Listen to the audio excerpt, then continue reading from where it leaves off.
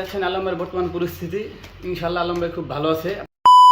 Hello ভাই ভাইরা, this Rajiv, welcome to another brand new video. তো আমি এখন কথা বলবো আমাদের হিরো আলম এবং রিয়া মনিরে নিয়ে।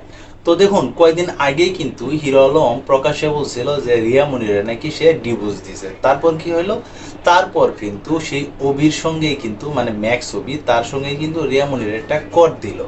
তখন রিয়া মনি নাকি হিরো আলমরে অপমান করছে, সেই অপমান সহ্য করতে না পাইরা হিরো আলম কিন্তু ঘুমের ওষুধ খায়া আত্মহত্যা করার চেষ্টা করছিল।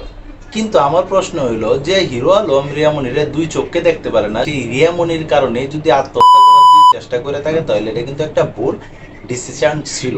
আর তাছাড়া কিন্তু হিরো আলম কিন্তু নিজের জায়গাতে যায় কিন্তু সেই সুইসাইড করতে চায় নাই, সে তার বন্ধুর বাড়িতে গেছে, যায় ওইখানেই কিন্তু রিয়ামনির লাগে কিন্তু সে আত্মহত্যা করছে। এমনকি তার বন্ধুর সাথে কিন্তু এই বিষয়গুলো শেয়ার করছে যে আমারে মানুষ সবাই অপমান করে, এমনকি রিয়ামনি আবারও অপমান করলো, ওই বিষয়গুলাই নাকি এখানে ফুটায় তুলছে। তো ঘটনা যা হয়েছে দেখুন, হিরো আলম তার বন্ধুর বাড়িতে গেছে, সে কিন্তু রাত্রেবেলা খাওয়া দাওয়া করে নাই, সে ঘুমাইছে।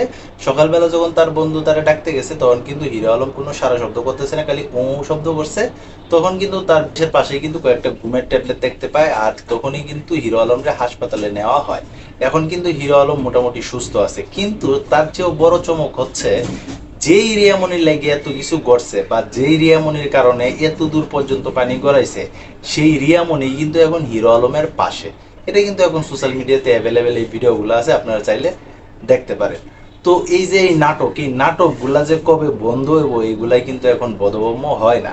যার লেগে এত সমস্যা, আপনি তার জন্য আত্মহত্যা করতে যেতেছেন, এটা কেমন আপনার মন মানসিকতা, এটা এখন নিজেই প্রশ্ন করেন।